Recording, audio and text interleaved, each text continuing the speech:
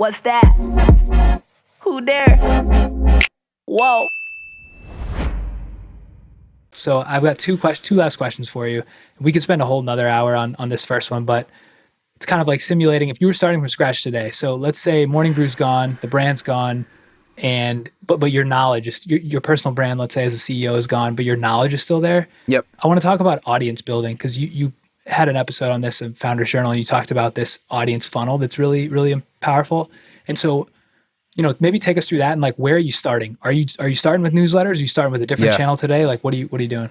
Yeah, I think we started the hard way with newsletters, right? Because when you think about what is the easiest content for any person on planet Earth to find and share and consume, it is the content that lives on social, right? Like it's the power of social media platforms is that they connect billions of people, 5 billion people on the planet that have devices.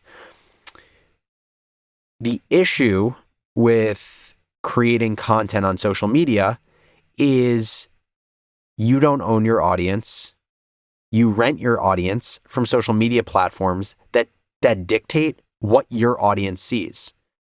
And so you've seen a lot of media companies over the last 5 years get burned by this when they focused on creating massive audiences on Facebook or massive audiences on Instagram.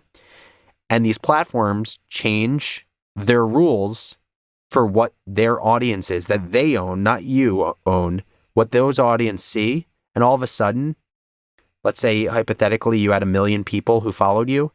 It went from one day 1 million people seeing your content to the next day 100,000 people seeing your content. Like that dramatic of change has happened on the internet before. The value of email is that doesn't happen, right? You own your list, you own your emails. Someone has opted in, right? They've gone further than just clicking follow on Twitter or subscribe on YouTube. They've literally gone to your website, they've put in their email address. It is a way more active method of consuming content. And so the value of that is it has allowed us to build up an audience with Morning Brew that we have owned and an audience that is very active because they have had to be the aggressor or on offense of deciding to consume our content. That all said, I actually think that I would start with content on these platforms to start if I was starting from scratch.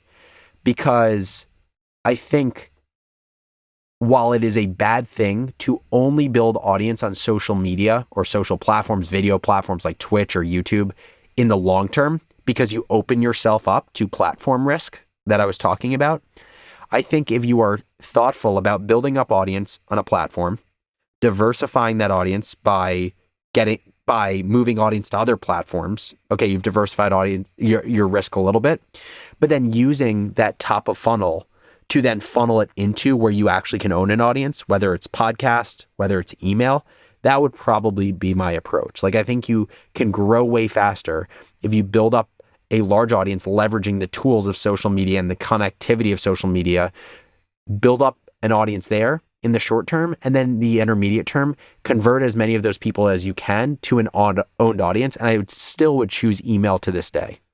Yeah, it's a fascinating question because I think that was the model Pomp used, right? He went hard with Twitter, built like 300,000 followers, and then went off.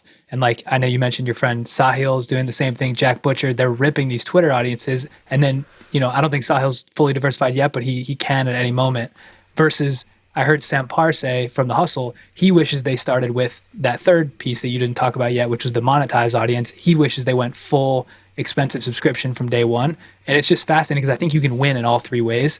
And it's just interesting depending on where you start. Yeah, look, I think also the other thing you can do is you don't necessarily need the middle layer of an owned audience to be able to monetize an audience. While I do think it's riskier, there have been examples of people who build huge Twitter audiences or huge YouTube audiences, launch a paid product, and take people from social platform to paid product. Like David Perel is a great example of that. Built up a big audience on Twitter and then converted it to his writing course. Now he's built up an email list, but that has only come recently.